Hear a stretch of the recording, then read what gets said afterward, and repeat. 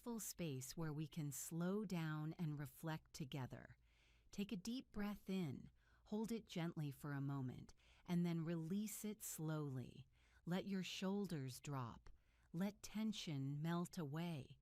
Today we're going to talk about something that affects so many people in our modern world. How to avoid overwhelming your skin with too many products. In an age of endless skincare options, constant product launches, and influencers showcasing shelves full of beautiful bottles, it's easy to believe that more is better. That to have truly healthy skin, you need a 10-step routine with multiple serums, essences, treatments, and specialized products for every conceivable concern. But here's a truth that might surprise you. More often than not, less is actually more when it comes to skincare. Your skin is remarkably intelligent. It has its own systems for maintaining balance, repairing damage, and protecting itself. When we pile on product after product, layer after layer, we can actually interfere with these natural processes. We can overwhelm our skin's ability to absorb and utilize ingredients. We can trigger sensitivities and reactions. We can create problems that didn't exist before. Let's begin by understanding what happens when you use too many products. Each product you apply to your skin contains multiple ingredients, sometimes dozens. When you use many products in one routine, you're exposing your skin to potentially hundreds of ingredients at once. Your skin has to process all of these, absorb what it can, and deal with what it can't. This is a lot to ask of your skin's limited absorption capacity. Think of your skin like a sponge. A sponge can only hold so much water. If you keep pouring water onto an already saturated sponge, it just runs off. The sponge can't absorb anymore.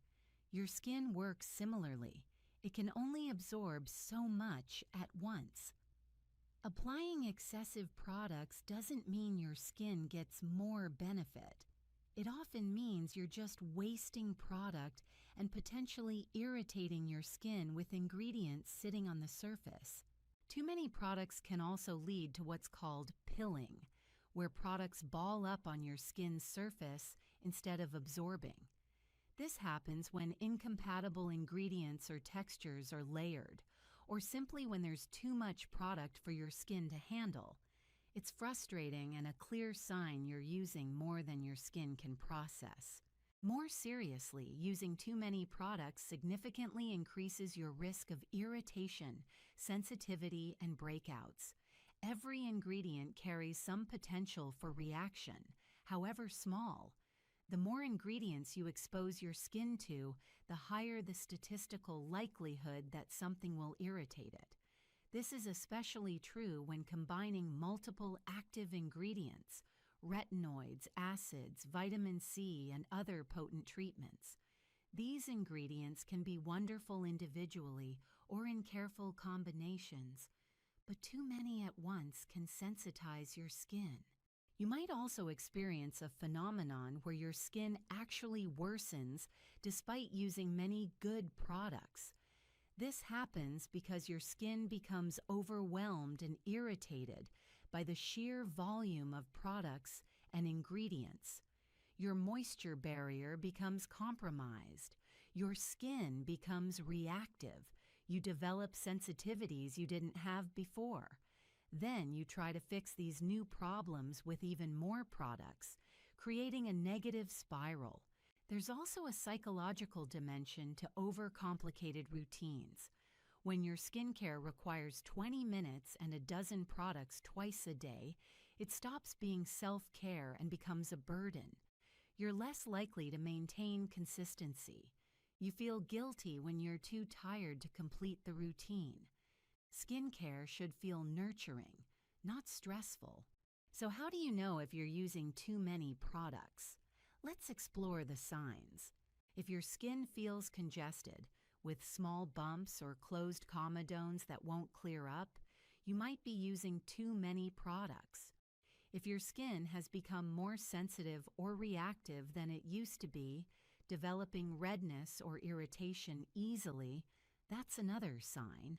If you're experiencing breakouts that don't respond to your acne treatments, excess products might be the culprit.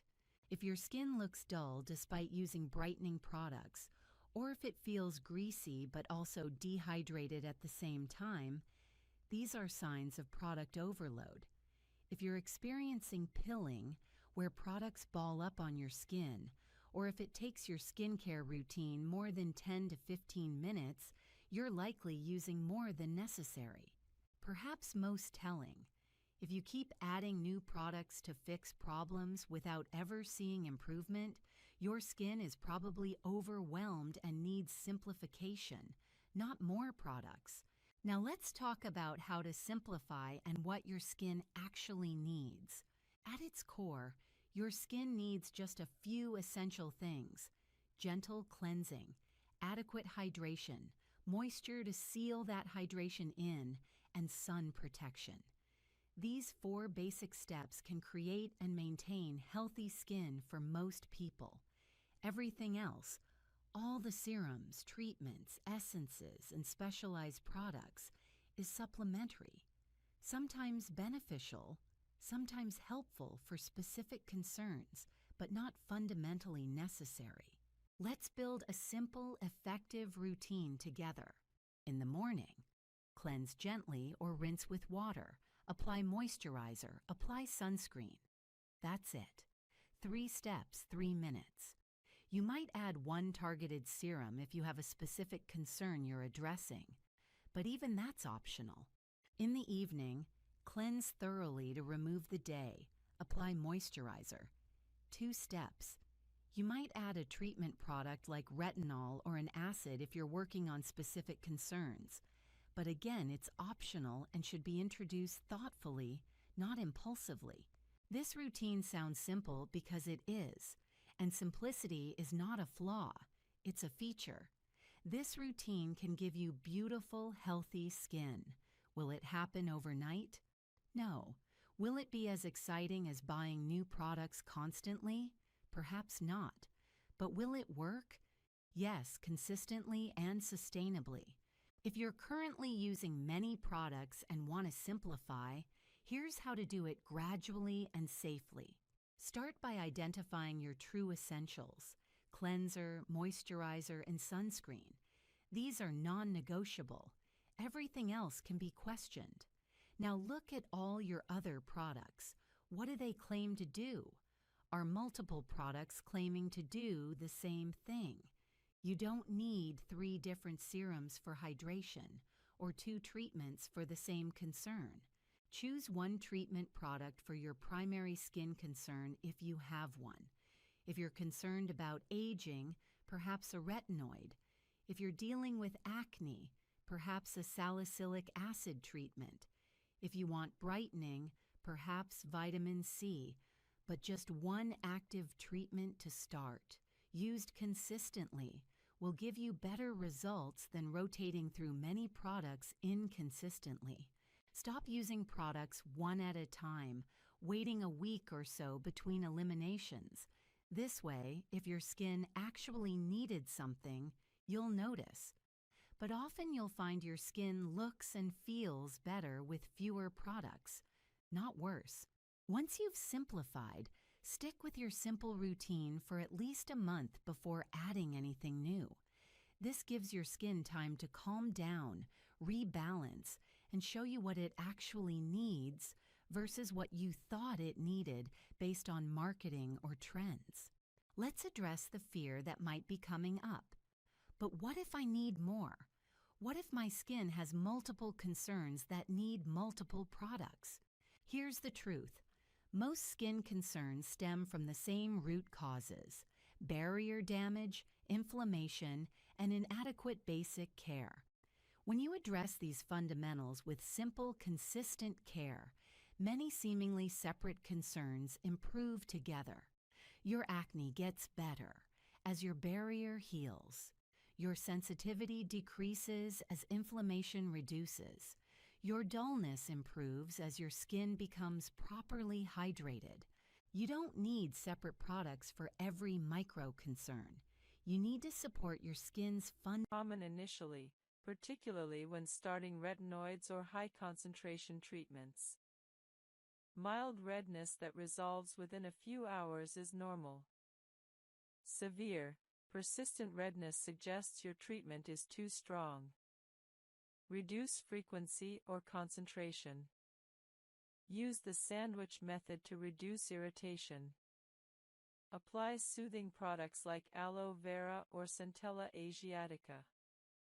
If redness persists despite these measures, discontinue the treatment temporarily and consult your dermatologist.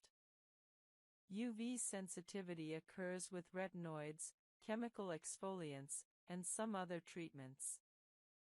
This doesn't necessarily mean you'll burn easily, but your skin is more susceptible to sun damage. Use SPF 30+ sunscreen daily, reapply every 2 hours if outside, and seek shade during peak sun hours. Wear protective clothing and hats if possible. This is non-negotiable when using photosensitizing treatments. Purging is temporary worsening of acne when starting certain treatments, particularly retinoids and strong exfoliants. Purging occurs as the treatment brings impurities to the skin surface and accelerates cellular turnover.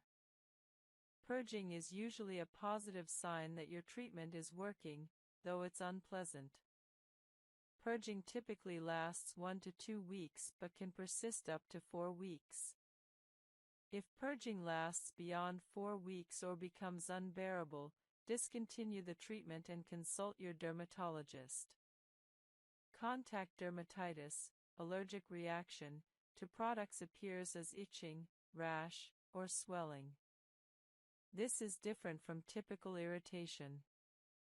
If you develop contact dermatitis, discontinue the product immediately.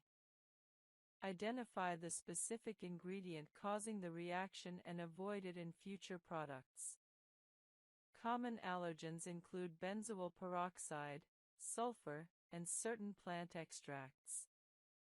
Hormonal side effects may occur with spironolactone or oral contraceptives.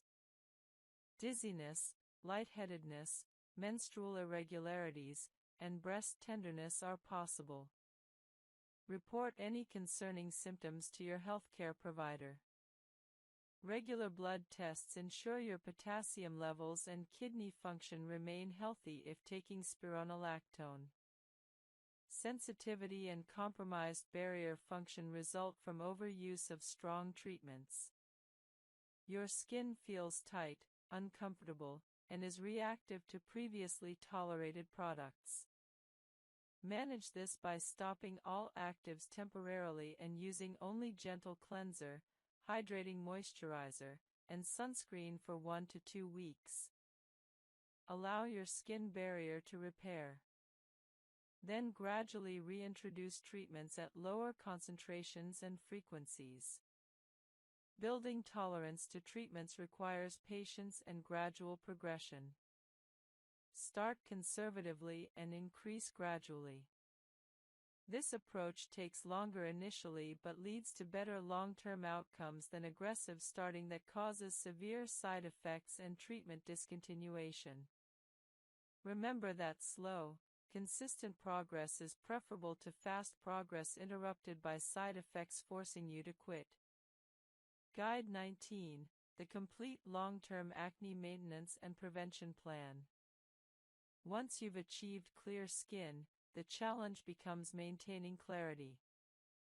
Many people achieve clear skin only to abandon their routines, resulting in acne recurrence. Understanding long-term maintenance prevents this cycle and keeps your skin clear indefinitely.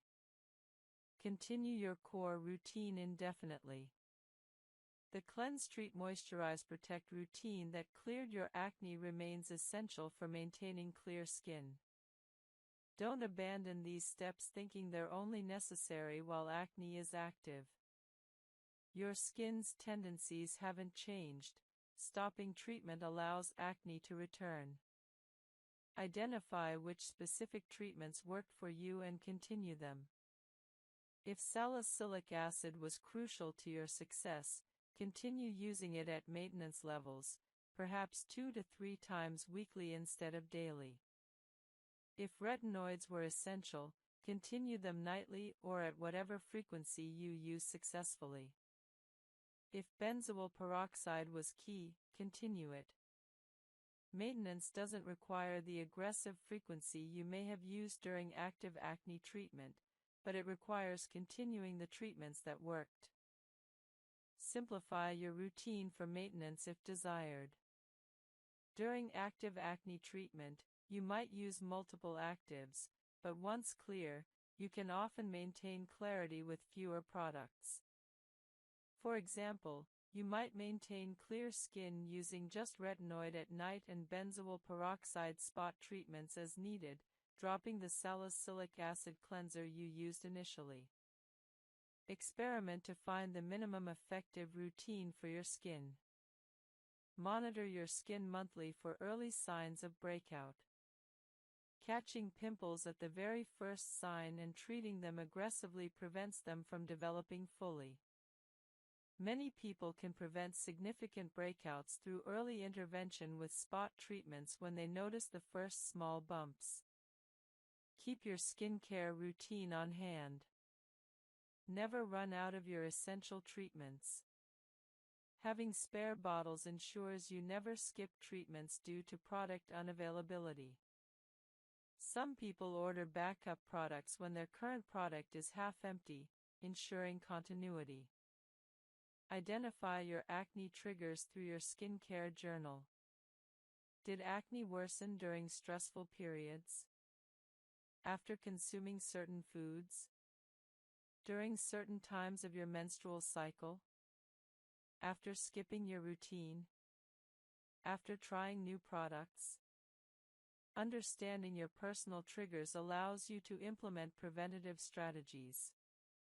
If you identify stress as a trigger, prioritize stress management. If certain foods worsen acne, avoid them. If hormonal cycling causes breakouts, prepare in advance with more aggressive treatment during high-risk times. Seasonal adjustments may be necessary. Some people experience worse acne in summer, increased heat, humidity, sun exposure, or winter, dry air, heating systems. Adjust your routine seasonally, perhaps more frequent use of oil control treatments in summer, more aggressive moisturizing in winter. This flexibility maintains clear skin year-round. Maintain the lifestyle habits that support clear skin. Continue stress management, adequate sleep, regular exercise, healthy diet, and hydration. Don't revert to poor habits thinking your clear skin is permanent and won't be affected.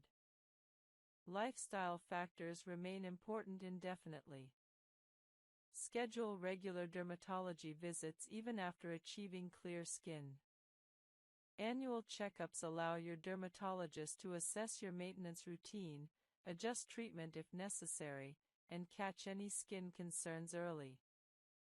Regular professional oversight prevents complications and ensures your long-term skin health. Handle occasional breakouts strategically. Everyone experiences occasional breakouts despite perfect routines, a particularly stressful period, new product irritation, or unknown trigger can cause isolated pimples. Treat these immediately with appropriate spot treatments. Don't allow occasional breakouts to discourage you into abandoning your routine. If you notice increasing breakouts despite consistent routine, assess what has changed. New products? Increased stress? Dietary changes? Hormonal changes? Identifying changes allows you to troubleshoot.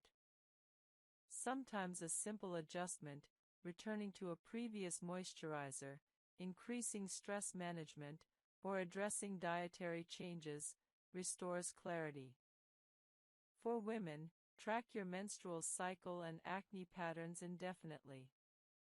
If hormonal patterns are evident, you can prepare in advance during high-risk times with more aggressive treatment or preventative actions. Update your routine periodically based on new information.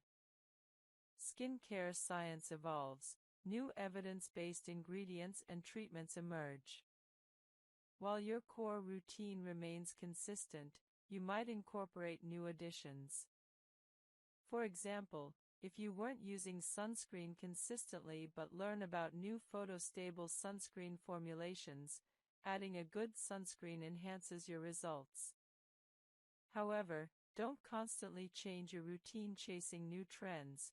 Consistency matters far more than having the newest products. Have a plan if major breakout recurs. If despite your best efforts you experience significant acne recurrence, don't panic or feel you've failed. Contact your dermatologist to identify what changed and resume professional treatment if necessary. Sometimes life circumstances. Welcome, and allow yourself to arrive fully in this moment. Take a slow, deep breath in through your nose, feeling your lungs expand completely. Hold that breath gently for just a moment. Now release it slowly through your mouth, letting your shoulders drop and tension melt away. Today we're going to explore something beautifully simple yet profoundly powerful: how breathing and relaxation directly impact your skin's health and appearance. Your skin is not separate from the rest of you.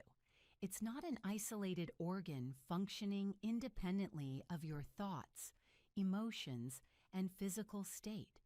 Your skin is intimately connected to your nervous system, your cardiovascular system, your hormonal system, and your emotional well-being. When you're stressed, your skin knows. When you're relaxed, your skin benefits.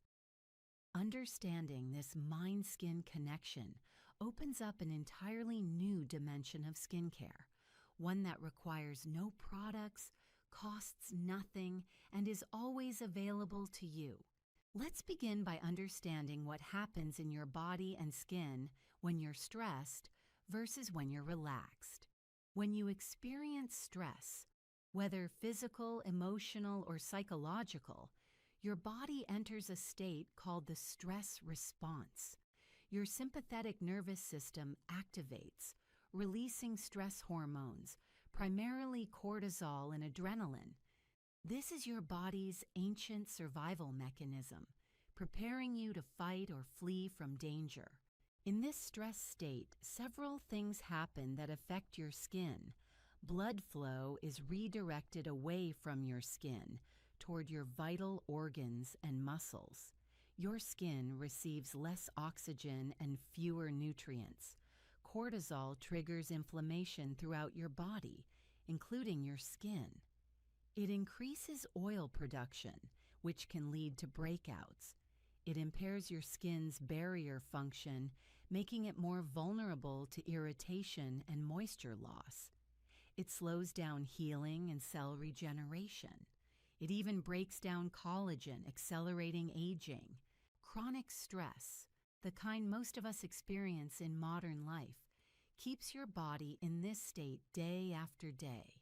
Your skin never gets a break from the inflammatory cascade.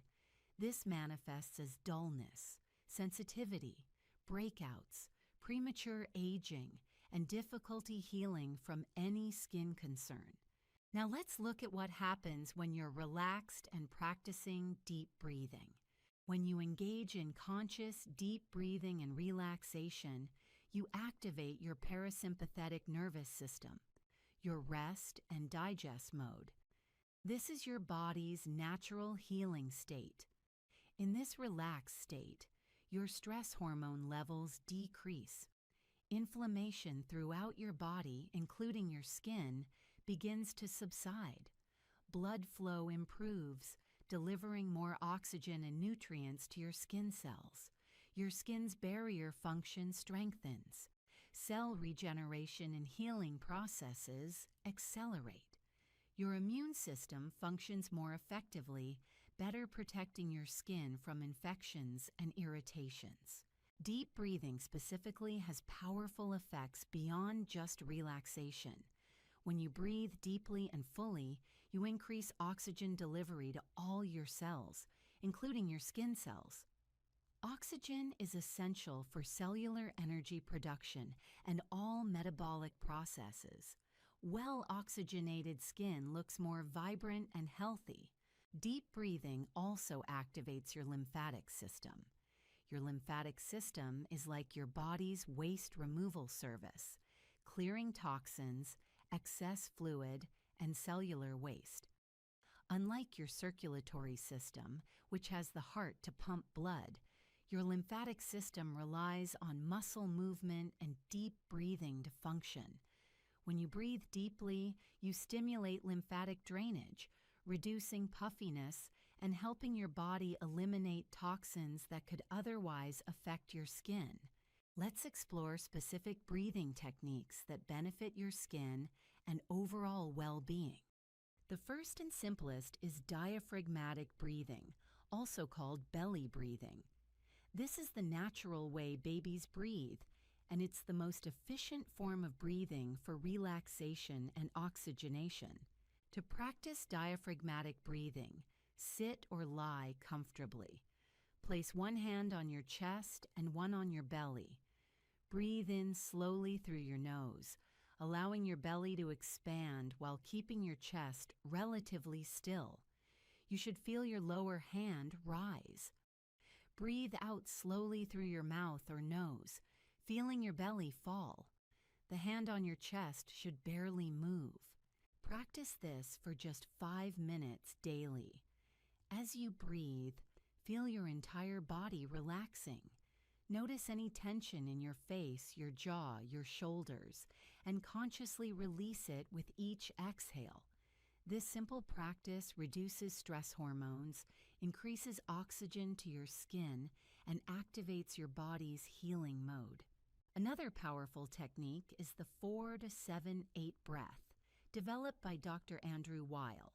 This pattern is particularly effective for calming anxiety and promoting deep relaxation. Breathe in through your nose for a count of 4. Hold your breath gently for a count of 7. Exhale completely through your mouth for a count of 8. Repeat this cycle 3 to 4 times. This breathing pattern activates your parasympathetic nervous system powerfully and quickly. Many people find it helps them fall asleep, reduces anxiety, and creates an immediate sense of calm. Box breathing, also called square breathing, is another excellent technique.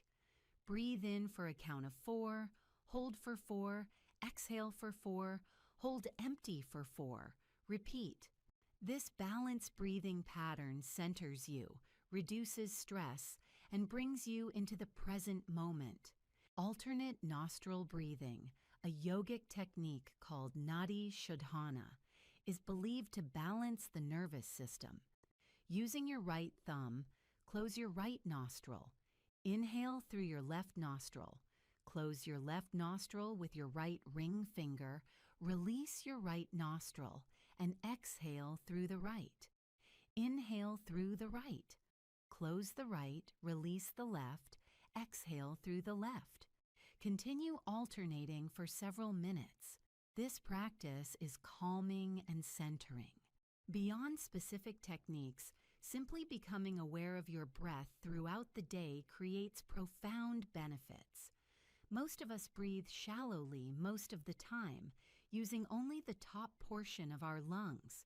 We hold tension in our breath without realizing it. By periodically checking in with your breath, noticing if it's shallow or held, then consciously taking a few deep, full breaths, you repeatedly shift your body out of stress mode and into relaxation mode. Now let's explore relaxation practices beyond breathing that specifically benefit your skin. Progressive muscle relaxation involves systematically tensing and then releasing each muscle group in your body. Start with your toes, tense them for 5 seconds, then release and feel the relaxation.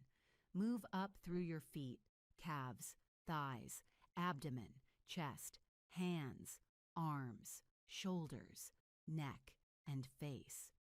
This practice releases physical tension you may not even realize you're holding and deeply relaxes your entire system. Pay special attention to your face during this practice. We hold so much tension in our facial muscles, our jaw, our forehead, around our eyes. Consciously tensing and then releasing these muscles not only feels wonderful, but improves circulation to facial skin and reduces expression lines caused by chronic tension. Meditation doesn't have to be complicated or spiritual. Simply sitting quietly, focusing on your breath, and gently returning your attention to your breath whenever your mind wanders. This is meditation. Even 5 or 10 minutes daily reduces stress, lowers inflammation, and supports your skin's health from within. Yoga combines movement, breathing, and mindfulness in a powerful practice for both body and skin. Certain poses particularly benefit skin health.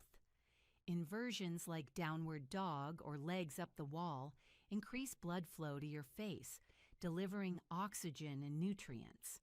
Twisting poses support detoxification. The overall stress reduction and improved circulation from regular yoga practice manifest as healthier, more radiant skin. Gentle facial massage is a relaxation practice you can incorporate directly into your skincare routine. As you apply your serum or moisturizer, take an extra minute or two to massage your face with slow, deliberate movements. Use your fingertips to massage your temples in small circles. Gently press and release along your jawline. Stroke upward from your jaw to your cheekbones. This massage acne resistant to standard topical treatments, particularly if inflammatory and deep, often reflects hormonal causes. Women with other hormonal symptoms, irregular periods, excessive hair growth, hair loss, fertility issues, should definitely pursue hormonal evaluation. Primary hormone involved in acne is androgen, particularly testosterone and DHT, dihydrotestosterone.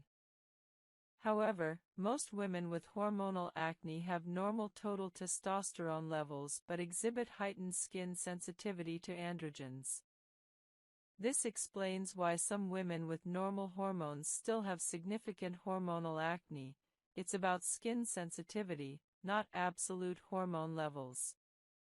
Relevant hormonal tests for acne evaluation include total testosterone, free testosterone, calculated or direct measurement, DHT, dihydrotestosterone, DHAS, dehydroepiandrosterone sulfate, LH, luteinizing hormone, FSH, follicle-stimulating hormone, and androstenedione.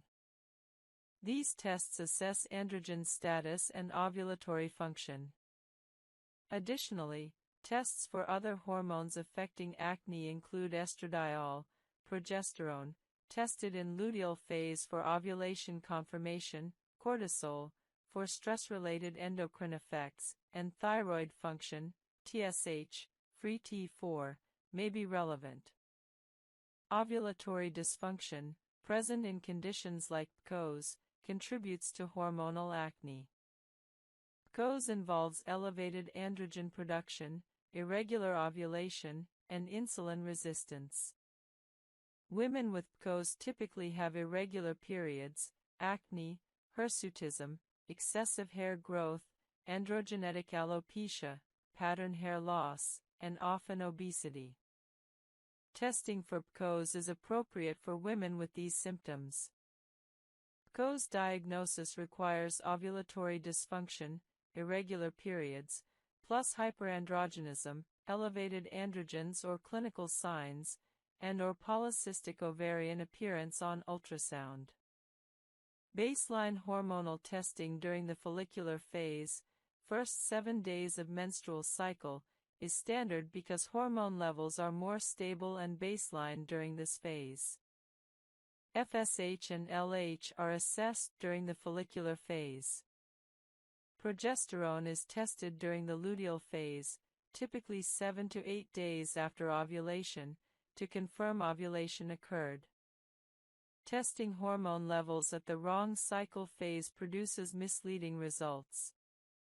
Understanding test results requires expert interpretation because normal ranges vary widely and what's normal for general population might indicate androgen excess relative to individual baseline. A testosterone of 50 ING/DL is normal for most women but might represent significant elevation for a particular individual.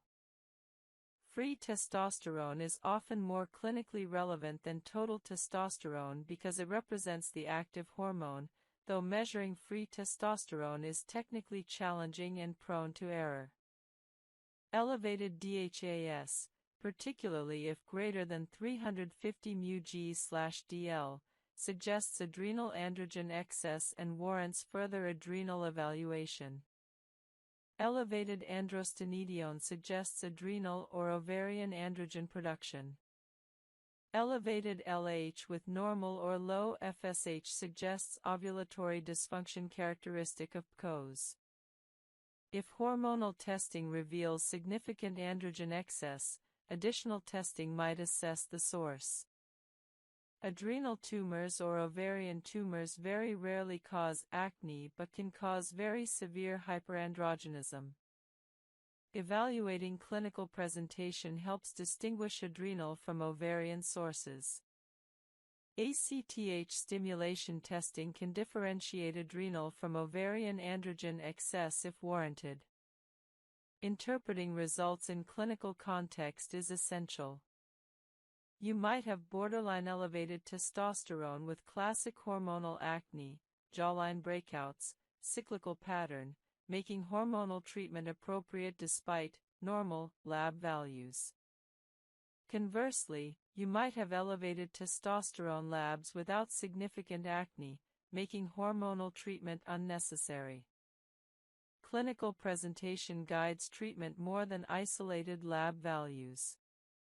When to pursue hormonal evaluation, irregular or absent menstrual periods, acne with cyclical menstrual pattern, acne onset in adulthood, acne concentrated on jawline and lower face, acne resistant to standard treatments, signs of hyperandrogenism, hirsutism, hair loss, male pattern baldness, family history of PCOS or hormonal disorders, concerns about fertility.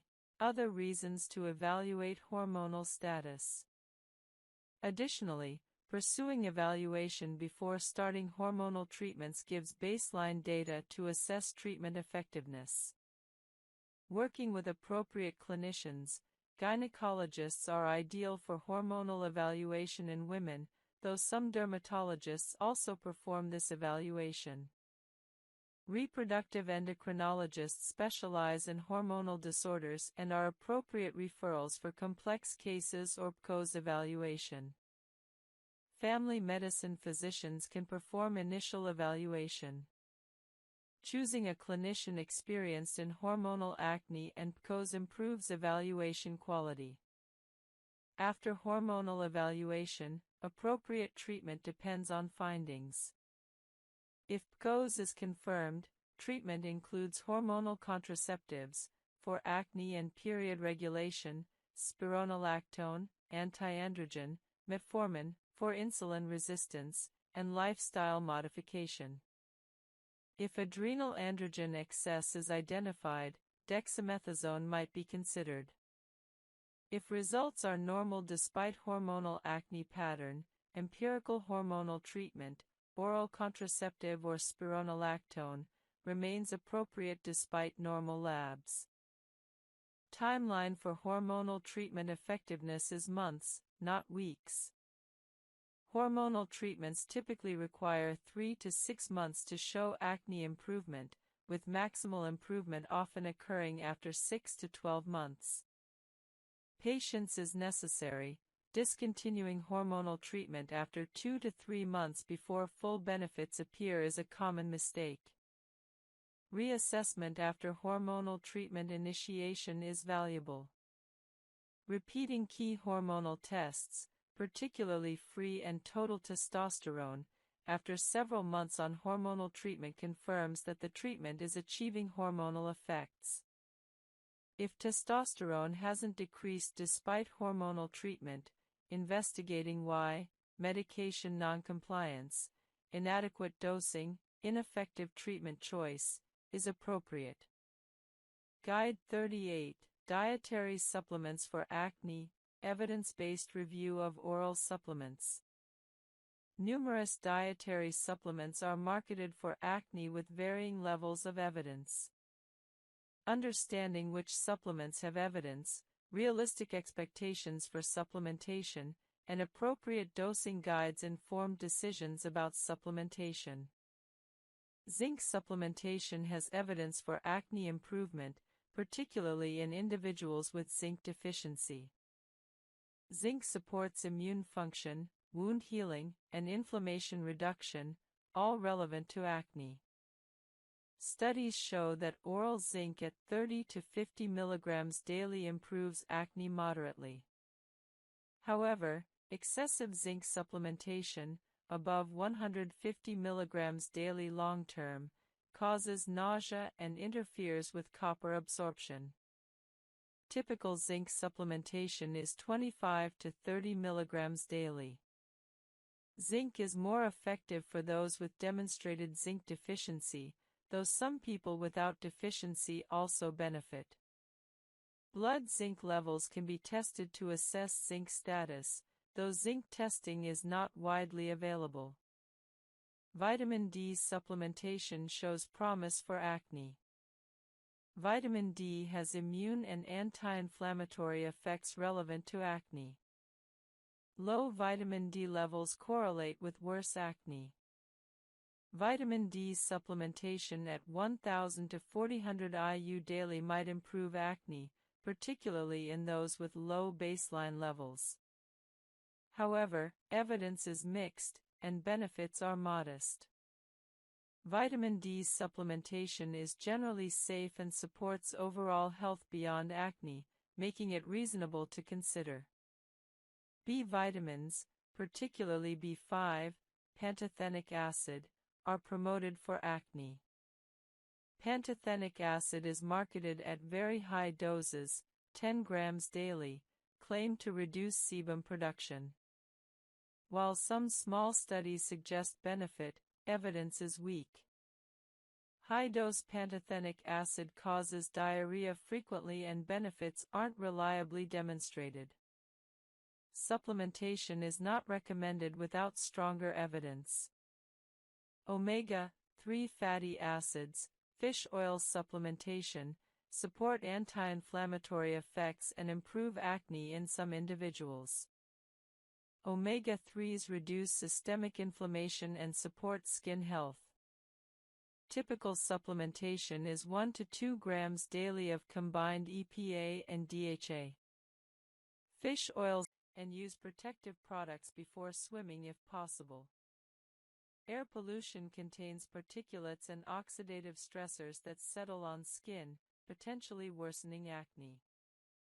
People living in high pollution areas experience more acne than those in low pollution areas. While moving isn't feasible for most people, understanding pollution as a contributing factor helps. Using air purifiers indoors, minimizing outdoor time during high pollution days, and thorough daily cleansing to remove particulates helps mitigate pollution effects. Secondhand smoke exposure contains numerous irritants and oxidative stressors. While not as significant as direct smoking, secondhand smoke exposure is associated with worse acne. Avoiding secondhand smoke exposure is beneficial. Stress from work, relationships, or other sources increases cortisol, promoting inflammation and acne. High-stress occupations correlate with worse acne. Implementing stress management is therefore essential. Exercise, meditation, adequate sleep, and time away from work all reduce work-related stress and its acne effects. Blue light from screens, phones, computers, tablets, may contribute to acne through unknown mechanisms, though evidence is still emerging. Some evidence suggests blue light increases inflammatory markers. Limiting screen time, using blue light filters on devices, and taking frequent breaks from screens might help, particularly for those with screen-heavy occupations. Hard water, high mineral content, may contribute to acne through various mechanisms. Installing a water softener or using a shower filter might help if you have very hard water, though evidence is limited. At minimum, thorough rinsing after cleansing ensures no mineral buildup remains. Tap water quality varies by location. Some tap water contains significant levels of chlorine or other chemicals potentially irritating to acne-prone skin. Using filtered water for rinsing after cleansing or using distilled water as a final rinse might help those with particularly sensitive skin. Hormonal disruption from endocrine-disrupting chemicals in products and the environment contributes to acne. Bisphenol A, BPA, and phthalates in some plastics can disrupt hormones. Using BPA-free bottles and containers, reducing plastic use, and choosing natural products when possible reduces exposure to potential endocrine disruptors. Occupational stress combined with other factors creates a synergistic acne worsening effect. Someone working a stressful job in a hot, humid environment while wearing work clothing that causes friction experiences multiple acne-promoting factors simultaneously. Addressing modifiable factors helps mitigate cumulative effects. Understanding your specific environmental and occupational exposures allows you to make targeted changes. If heat and humidity worsen your acne, cooling strategies help. If your occupation involves chemical exposure, protective equipment helps. If stress is primary, stress management helps. Identifying your specific environmental contributors guides your approach to minimizing their acne impact. Guide 33: Advanced Retinoid Protocols and Optimization Strategies. Retinoids represent some of the most powerful acne and anti-aging treatments available, but optimizing their use requires understanding advanced protocols and strategies beyond basic application. Mastering retinoid use transforms results. Retinoid strength exists on a spectrum from gentlest, over-the-counter retinol, to most potent, prescription tretinoin. Over-the-counter retinol at 0.25 to 0.3% concentration is appropriate for first-time retinoid users. After establishing tolerance over 8 to 12 weeks, you might advance to stronger formulations. Retinol, retinaldehyde, at 0.05 to 0.1% concentration offers intermediate strength between retinol and tretinoin. Prescription retinoids include tretinoin, Retin-A, at 0.025 to 0.1%, adapalene, Differin, at 0.1%, and tazarotene at 0.025 to 0.1%.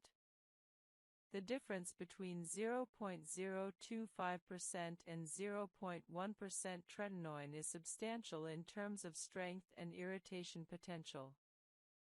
The start low, go slow principle maximizes retinoid tolerance. Begin with the lowest concentration at the lowest frequency, 2 to 3 times weekly. Resist the temptation to speed up progression. After 4 weeks at your current concentration and frequency, assess tolerance. If you're experiencing minimal irritation and want faster improvement, increase frequency to 3 to 4 times weekly. After another 4 weeks, increase to 5 to 6 times weekly. After another 4 weeks, use nightly. Only after reaching nightly use at current concentration should you consider increasing concentration. This progression takes 12+ weeks but maximizes adaptation and minimizes retinization phase severity. The retinization phase, temporary redness, dryness, peeling, and potential acne worsening, is unavoidable but manageable. Rather than viewing retinization as treatment failure, recognize it as adaptation to a powerful treatment. Most retinization symptoms peak at weeks 2 to 4 and resolve by weeks 6 to 8. However, expecting this phase mentally prepares you to persist through it rather than discontinuing retinoids prematurely. Managing retinization involves strategic moisturizing. The sandwich method, applying retinoid, waiting 20 minutes, applying moisturizer, waiting a few minutes, then applying another thin moisturizer layer, significantly reduces retinization severity while maintaining efficacy. As your skin adapts over 8 to 12 weeks, you can gradually stop using the sandwich method, eventually applying retinoid directly to dry skin. Buffering retinoid strength temporarily by mixing it with moisturizer reduces irritation without substantially compromising effectiveness. Some experienced retinoid users eventually apply retinoids directly to skin for maximum strength, while others continue using the sandwich method indefinitely because it works well for them. There's no wrong approach. Use whatever maintains your skin health while providing desired results. Niacinamide effectively reduces retinoid irritation. Using niacinamide serum in the morning and retinoid at night doesn't provide the irritation-reducing effect. However, some evidence suggests applying niacinamide before retinoid, allowing niacinamide to dry, then applying retinoid on top, might reduce irritation slightly. This is controversial, with some experts suggesting niacinamide interferes with retinoid efficacy, while others dispute this. For most people, using niacinamide and retinoid at different times is the safest approach. Ceramide-rich moisturizers particularly well support retinoid use by maintaining barrier health during treatment. Using moisturizers specifically formulated with ceramides, cholesterol, and fatty acids alongside retinoids helps prevent excessive dryness and irritation. Combining retinoids with other actives requires careful sequencing. Retinoids should not be combined with AHAs, BHAs, or TS. Manage this by stopping all actives temporarily and using only gentle cleanser, hydrating moisturizer, and sunscreen for 1 to 2 weeks. Allow your skin barrier to repair. Then gradually reintroduce treatments at lower concentrations and frequencies. Building tolerance to treatments requires patience and gradual progression. Start conservatively and increase gradually. This approach takes longer initially but leads to better long-term outcomes than aggressive starting that causes severe side effects and treatment discontinuation. Remember that slow, consistent progress is preferable to fast progress interrupted by side effects forcing you to quit. Guide 19: The Complete Long-Term Acne Maintenance and Prevention Plan. Once you've achieved clear skin, the challenge becomes maintaining clarity. Many people achieve clear skin only to abandon their routines, resulting in acne recurrence. Understanding long-term maintenance prevents this cycle and keeps your skin clear indefinitely. Continue your core routine indefinitely. The Cleanse, Treat, Moisturize, Protect routine that cleared your acne remains essential for maintaining clear skin. Don't abandon these steps thinking they're only necessary while acne is active. Your skin's tendencies haven't changed. Stopping treatment allows acne to return. Identify which specific treatments worked for you and continue them. If salicylic acid was crucial to your success, continue using it at maintenance levels, perhaps 2 to 3 times weekly instead of daily. If retinoids were essential, continue them nightly or at whatever frequency you use successfully. If benzoyl peroxide was key, continue it. Maintenance doesn't require the aggressive frequency you may have used during active acne treatment, but it requires continuing the treatments that worked. Simplify your routine for maintenance if desired. During active acne treatment, you might use multiple actives, but once clear, you can often maintain clarity with fewer products. For example, you might maintain clear skin using just retinoid at night and benzoyl peroxide spot treatments as needed, dropping the salicylic acid cleanser you used initially. Experiment to find the minimum effective routine for your skin. Monitor your skin monthly for early signs of breakout. Catching pimples at the very first sign and treating them aggressively prevents them from developing fully. Many people can prevent significant breakouts through early intervention with spot treatments when they notice the first small bumps. Keep your skincare routine on hand. Never run out of your essential treatments. Having spare bottles ensures you never skip treatments due to product unavailability. Some people order backup products when their current product is half empty, ensuring continuity. Identify your acne triggers through your skincare journal. Did acne worsen during stressful periods? After consuming certain foods? During certain times of your menstrual cycle? After skipping your routine? After trying new products? Understanding your personal triggers allows you to implement preventative strategies. If you identify stress as a trigger, prioritize stress management. If certain foods worsen acne, avoid them. If hormonal cycling causes breakouts, prepare in advance with more aggressive treatment during high-risk times. Seasonal adjustments may be necessary. Some people experience worse acne in summer, increased heat, humidity, sun exposure, or winter, dry air, heating systems. Adjust your routine seasonally, perhaps more frequent use of oil control treatments in summer, more aggressive moisturizing in winter.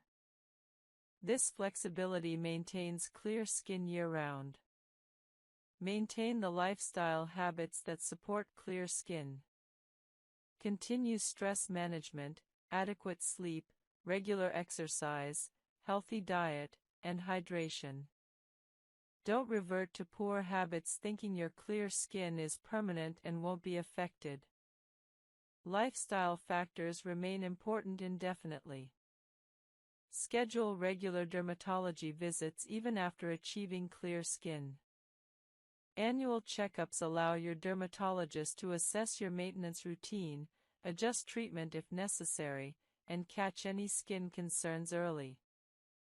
Regular professional oversight prevents complications and ensures your long-term skin health. Handle occasional breakouts strategically.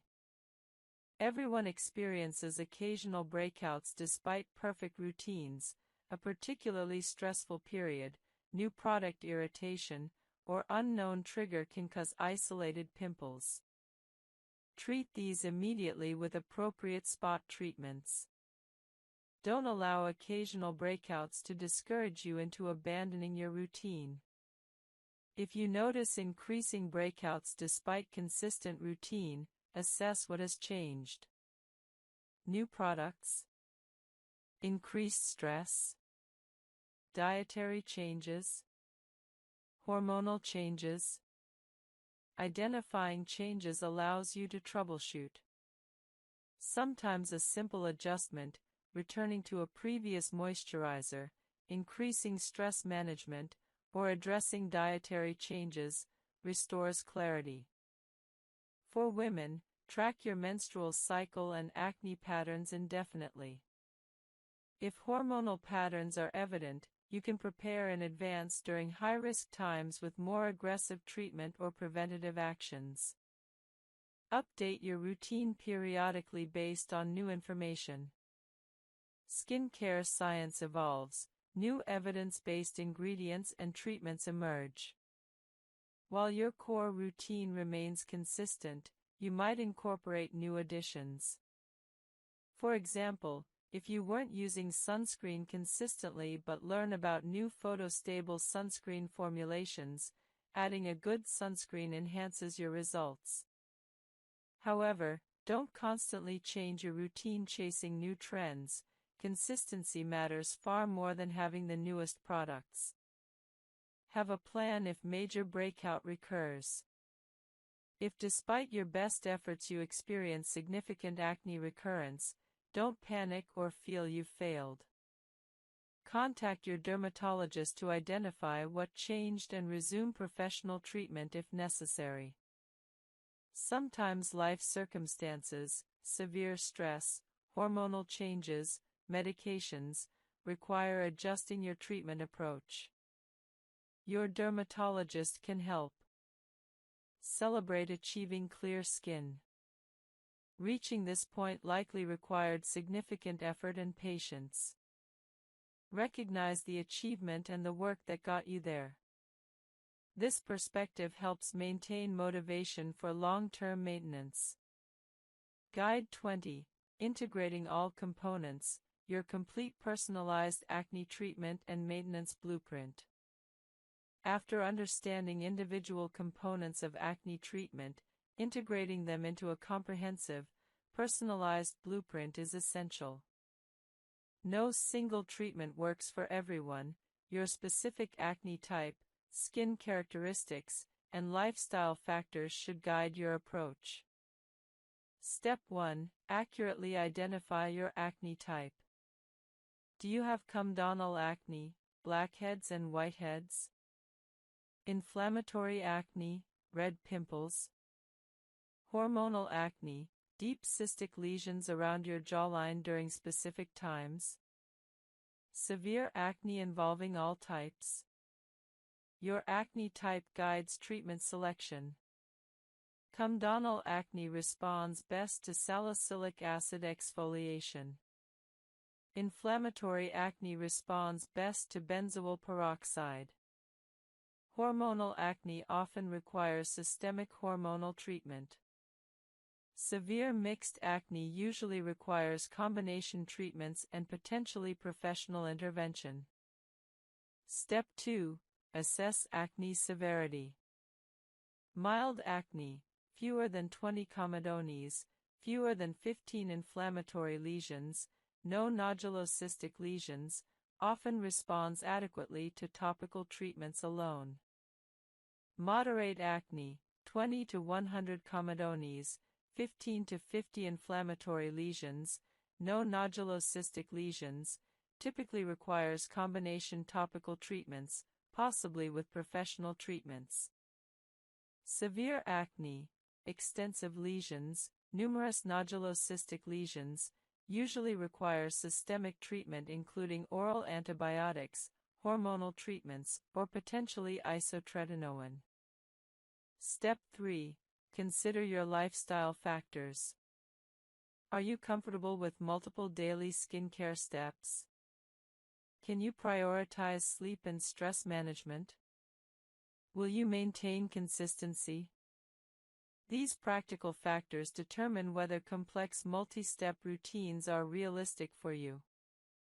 Some people thrive with detailed routines, others do better with simplified approaches. Step 4. Design your core routine. Everyone benefits from a consistent cleanse, treat, moisturize, protect routine. Select specific products for each step based on your acne type. For comedonal acne, use a gentle cleanser, apply salicylic acid treatment, use a non-comedogenic moisturizer, apply sunscreen. For inflammatory acne, use a gentle cleanser, apply benzoyl peroxide treatment, use a moisturizer, apply sunscreen. For mixed or severe acne, consider consulting a dermatologist for prescription treatments. Step 5. Start conservatively with treatments. Begin with a single. While this doesn't apply to those already experiencing acne, understanding prevention helps younger individuals or those with family history prevent severe acne. Risk factors for developing acne include family history, strong genetic component, male sex, higher baseline androgens, and adolescent/young adult age. Individuals with all three risk factors have highest acne development risk.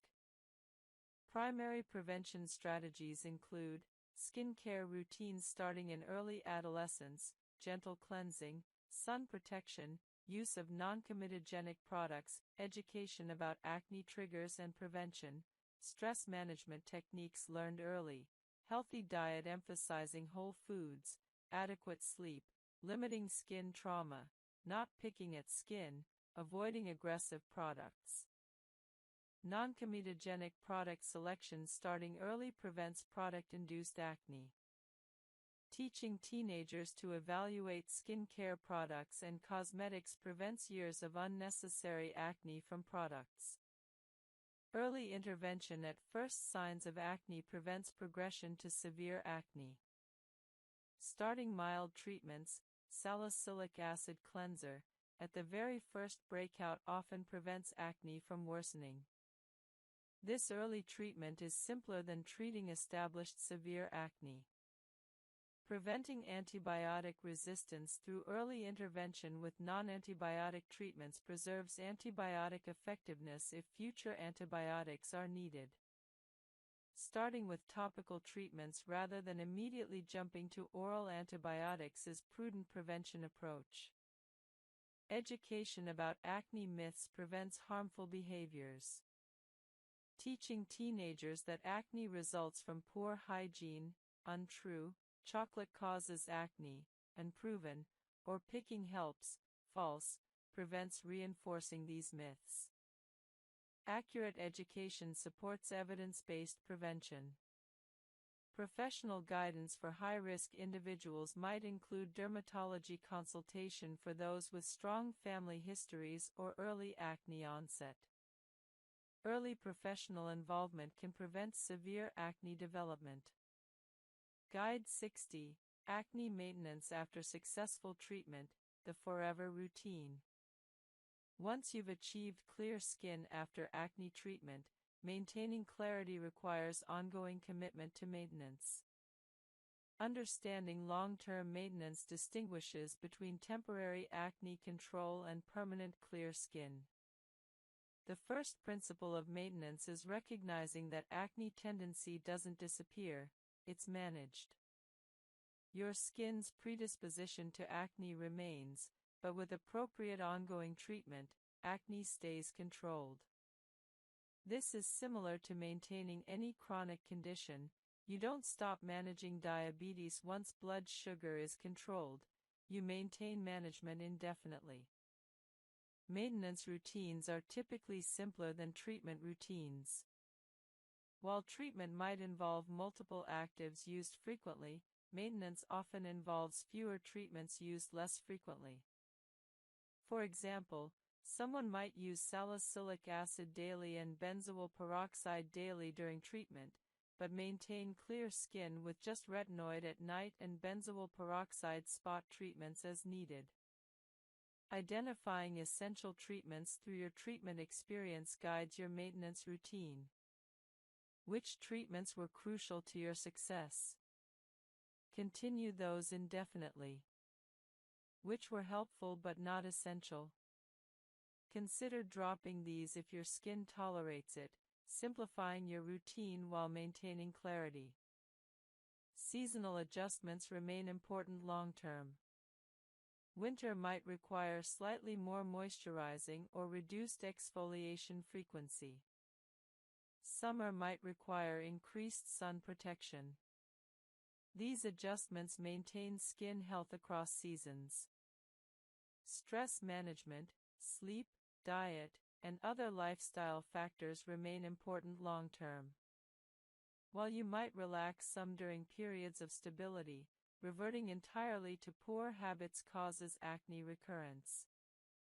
Maintaining reasonable health habits supports ongoing skin clarity. Monitoring your skin regularly allows early detection of potential recurrence.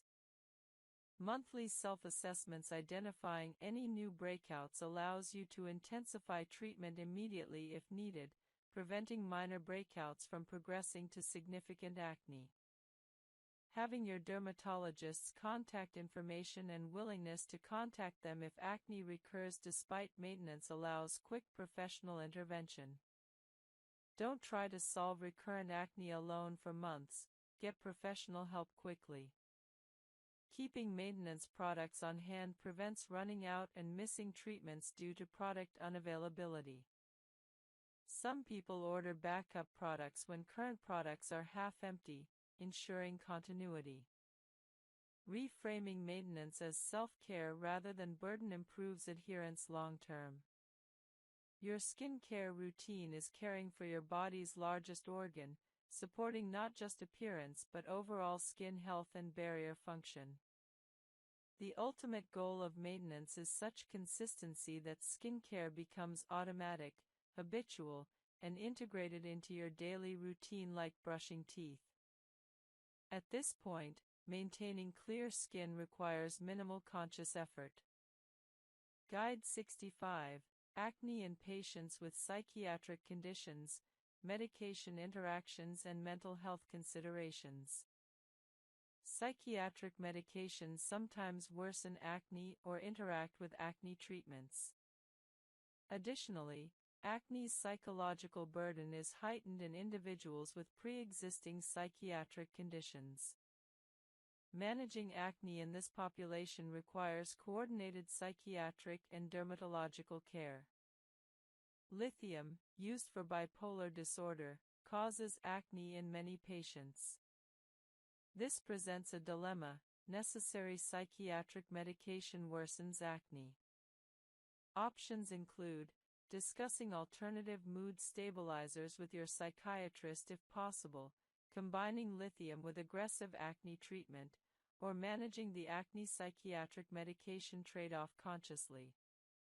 Antipsychotic medications sometimes worsen acne through various mechanisms, though the effect is variable and many antipsychotics don't significantly affect acne. Discussing medication side effects with your psychiatrist helps identify if acne worsening is medication-related. SSRIs, antidepressants, generally don't worsen acne and might indirectly improve it by reducing stress. However, individual variation exists.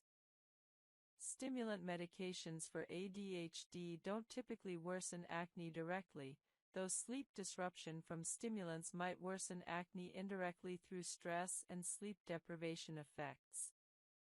Mental health in acne is particularly important for individuals with pre-existing depression or anxiety. Acne's psychological burden can exacerbate pre-existing psychiatric conditions. Recognizing this and providing both dermatological and psychiatric support is important. Medication compliance for acne treatment might be compromised in individuals with depression or ADHD. Depression reduces motivation, and ADHD can cause forgetfulness.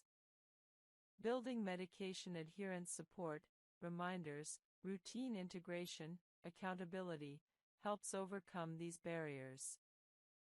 Discussing psychiatric medications and acne concerns with your psychiatric provider helps identify which medications, if any, might worsen acne.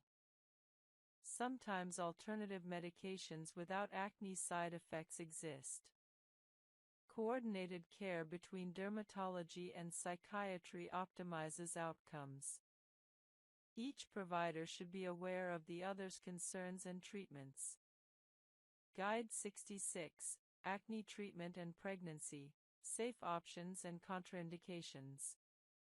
Pregnancy significantly constrains acne treatment options due to risks of medications to the fetus. Understanding safe treatments during pregnancy allows continued acne management while protecting fetal health. Absolutely contraindicated during pregnancy: isotretinoin, severe teratogen causing birth defects, tretinoin and other prescription retinoids, significant teratogenic risk, oral antibiotics like doxycycline, risks to fetus and teeth, spironolactone, potential effects on male fetus development. Benzoyl peroxide is traditionally avoided, though new evidence suggests safety. Potentially safe during pregnancy: topical salicylic acid used in small amounts and limited areas, large-scale systemic absorption possible though typically minimal, topical azelaic acid, generally considered safe, topical clindamycin, some. Chloracne results from exposure to chlorinated hydrocarbons in chemical manufacturing. This is rare, but when occurs, is severe. Chloracne is characterized by cystic acne and systemic symptoms from toxic chemical exposure.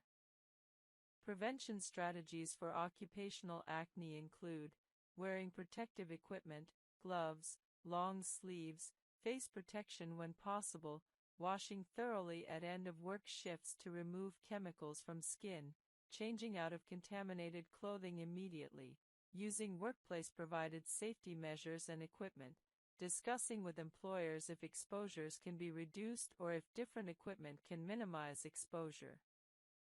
Treating occupational acne while reducing exposures through workplace modifications is important. Standard acne treatments combined with occupational hygiene improvements provide best results. Workplace legal considerations matter if acne results from unsafe occupational exposures. In some jurisdictions, occupational skin diseases are covered under workers' compensation. Documenting occupational exposure history and acne onset can establish occupational causation. Guide 57, Asian Skin, Rosacea, and Acne in East Asian Populations. East Asian skin has specific characteristics affecting acne presentation and treatment response. Understanding these characteristics improves acne management in East Asian populations. East Asian skin often has different lipid composition and barrier characteristics compared to other populations. Some evidence suggests East Asian skin has higher ceramide content but different lipid organization, affecting both barrier function and acne development. Rosacea is increasingly recognized in East Asian populations, though historically was underdiagnosed. East Asian rosacea often presents as acne-like lesions, acne rosacea, potentially confused with bacterial acne. Recognizing rosacea as distinct from acne ensures appropriate treatment selection. Sebaceous gland characteristics may differ slightly across ethnic backgrounds, though individual variation exceeds group variation. Treatment intensity might require individualization based on individual skin characteristics rather than ethnic background. Post-inflammatory hyperpigmentation is very common in East Asian skin and requires aggressive prevention and treatment. Sun protection is particularly important. PIH treatments, vitamin C, azelaic acid, hydroquinone, are particularly relevant. Barrier function support might be particularly important for East Asian skin in certain climates. Adapting treatment intensity and moisturizing based on individual response rather than population averages is most accurate approach. Guide 58, Acne in LGBTQ+ populations, hormone therapy and transition-related acne. Transgender and non-binary individuals receiving hormone therapy often experience acne changes related to hormonal transition. Understanding these changes helps manage acne during transition. Testosterone-based hormone therapy, for transmasculine individuals, typically worsens acne initially due to increased androgens. Acne often develops or significantly worsens during the first 1 to 2 years of testosterone therapy. This is particularly challenging for individuals already prone to acne. Aggressive acne prevention and treatment during testosterone initiation is important.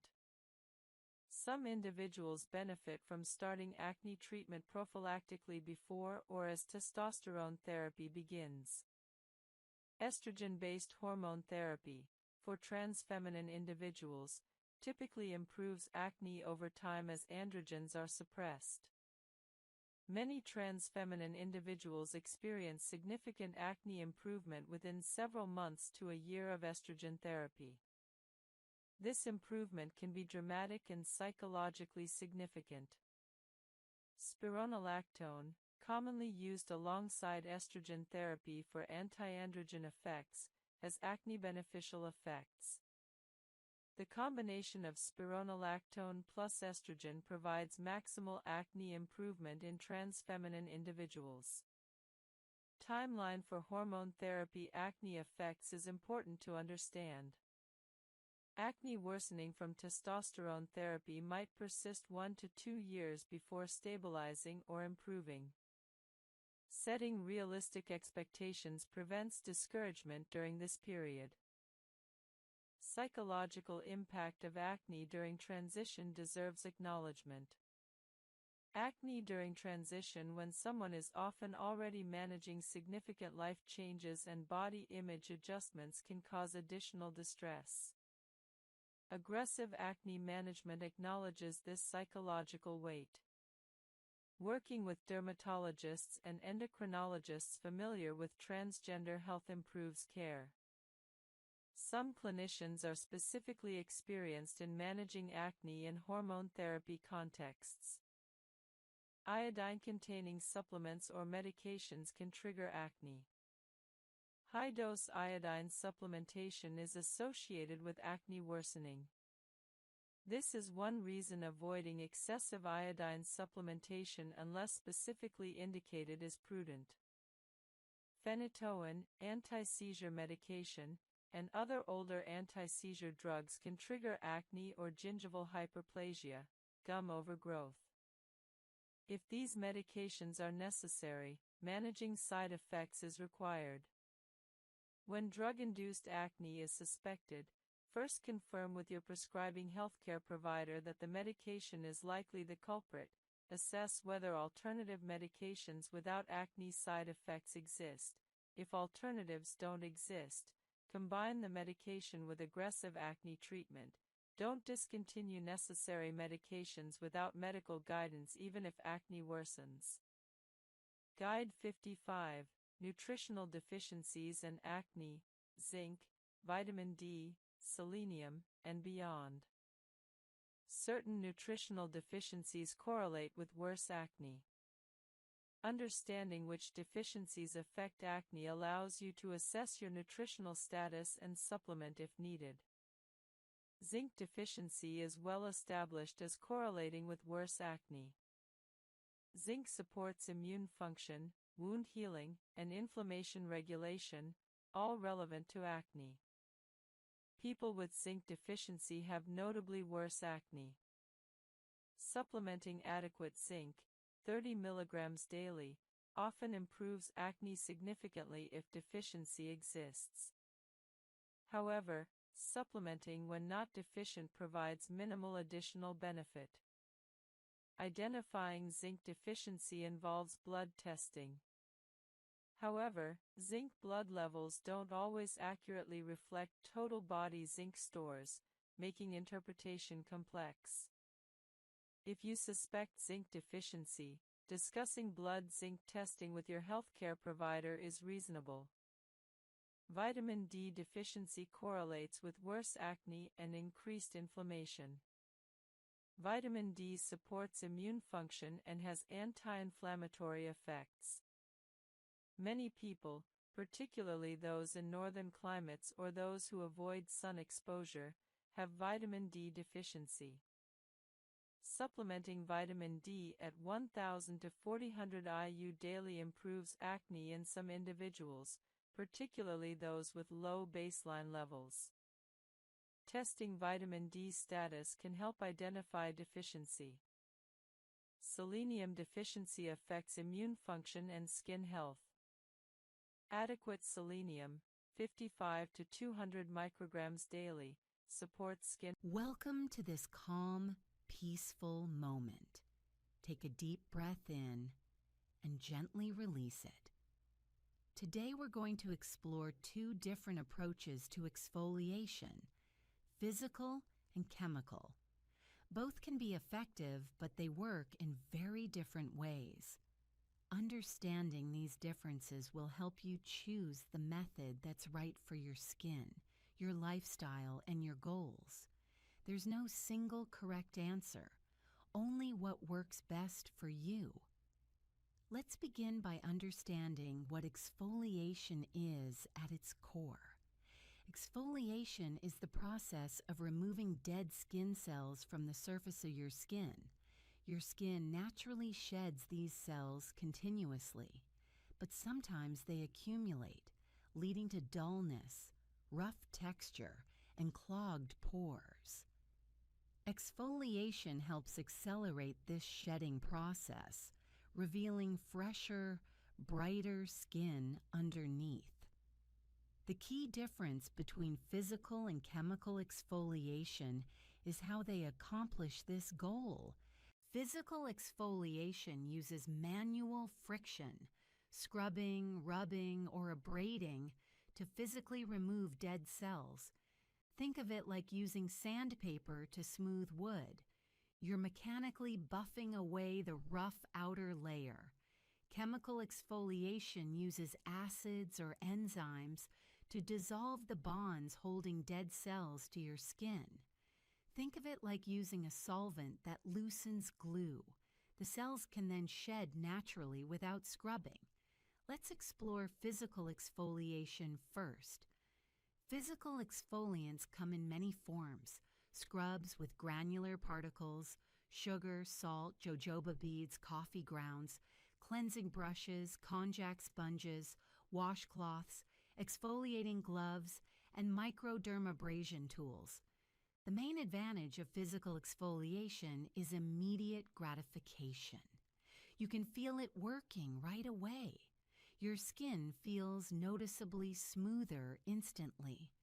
There's something satisfying about that immediate textural change.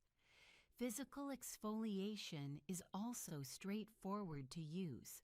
You don't need to understand pH levels or wait times. You simply scrub and rinse.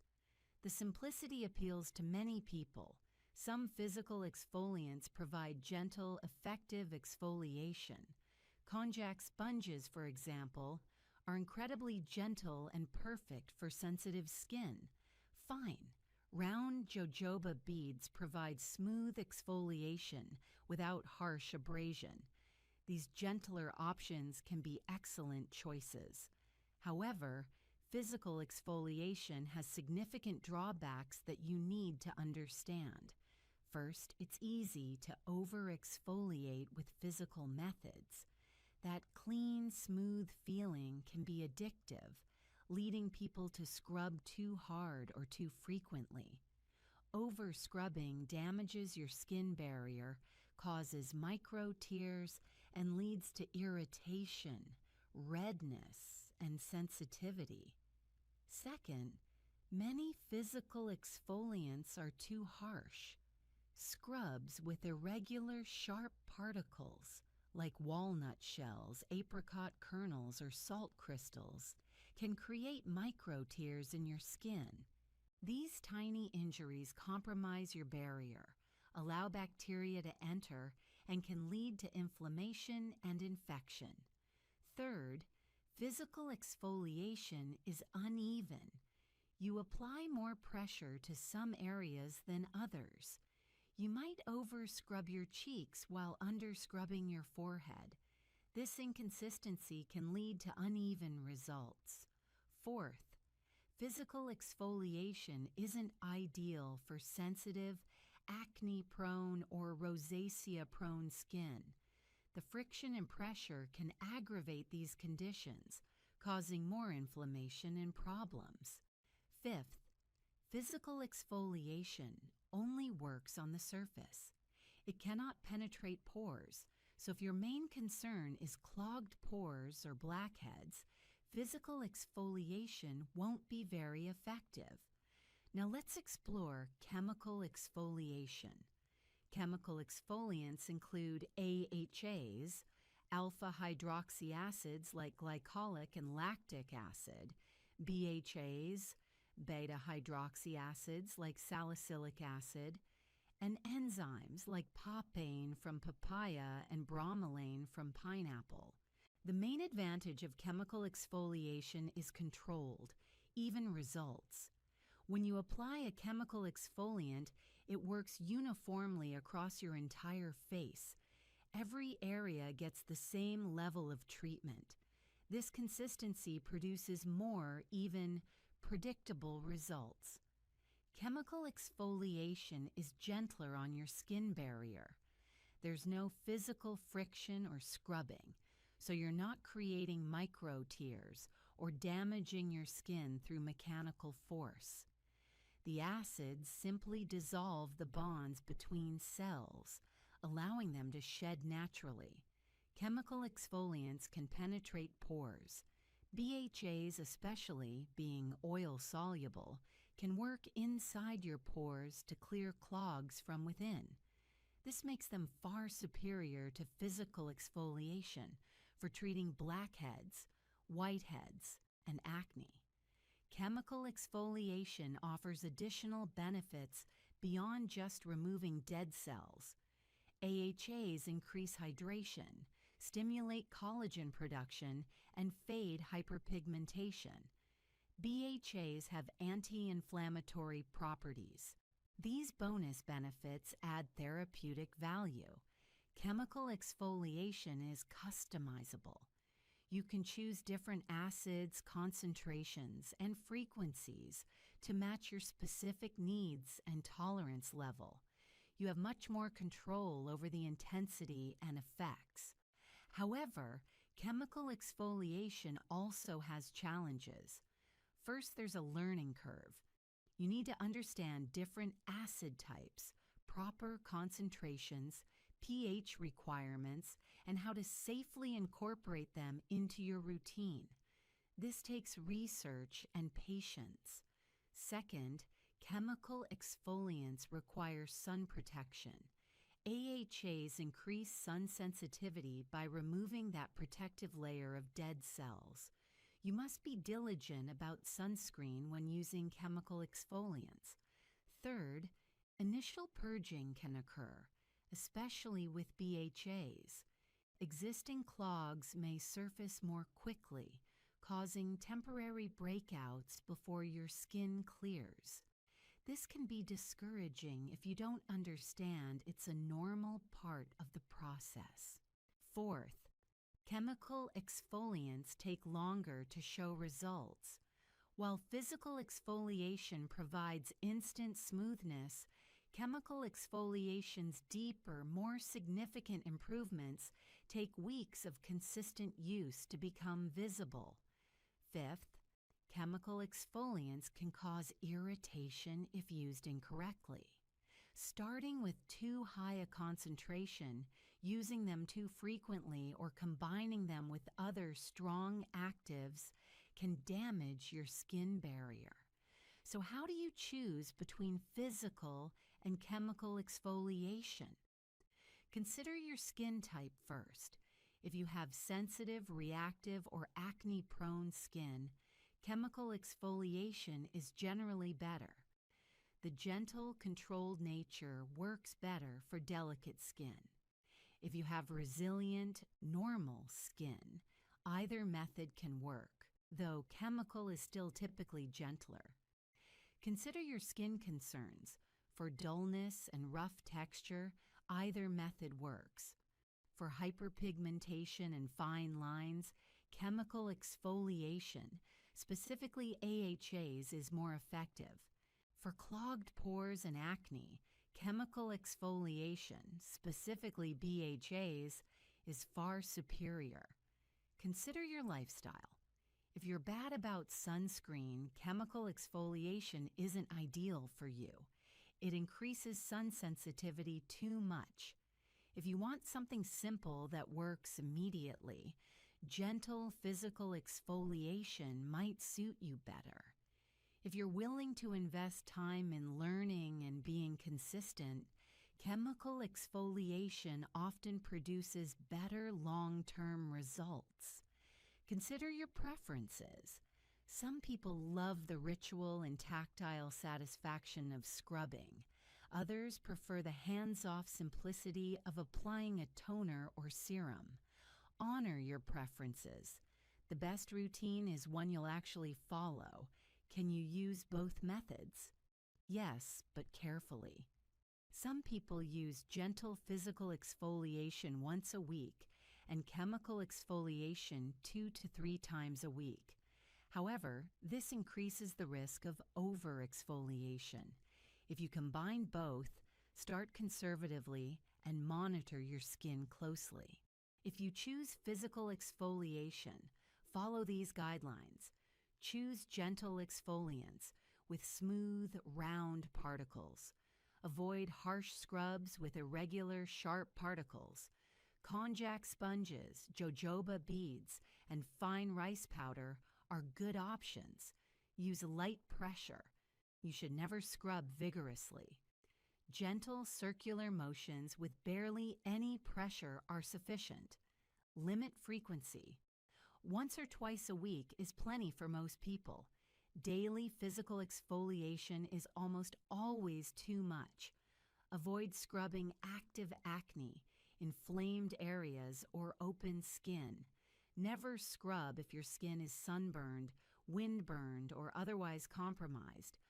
Follow with hydrating, soothing products to support your barrier after exfoliation. If you choose chemical exfoliation, follow these guidelines. Start with low concentrations and build up slowly. Patience is crucial. Use acids on clean, dry skin for best results. Always follow acids with moisturizer to support your barrier. Use sunscreen diligently every morning. Monitor your skin for signs of overexfoliation, redness, burning, excessive sensitivity, or shiny, tight skin. Don't combine multiple strong actives without understanding how they interact. The ultimate truth?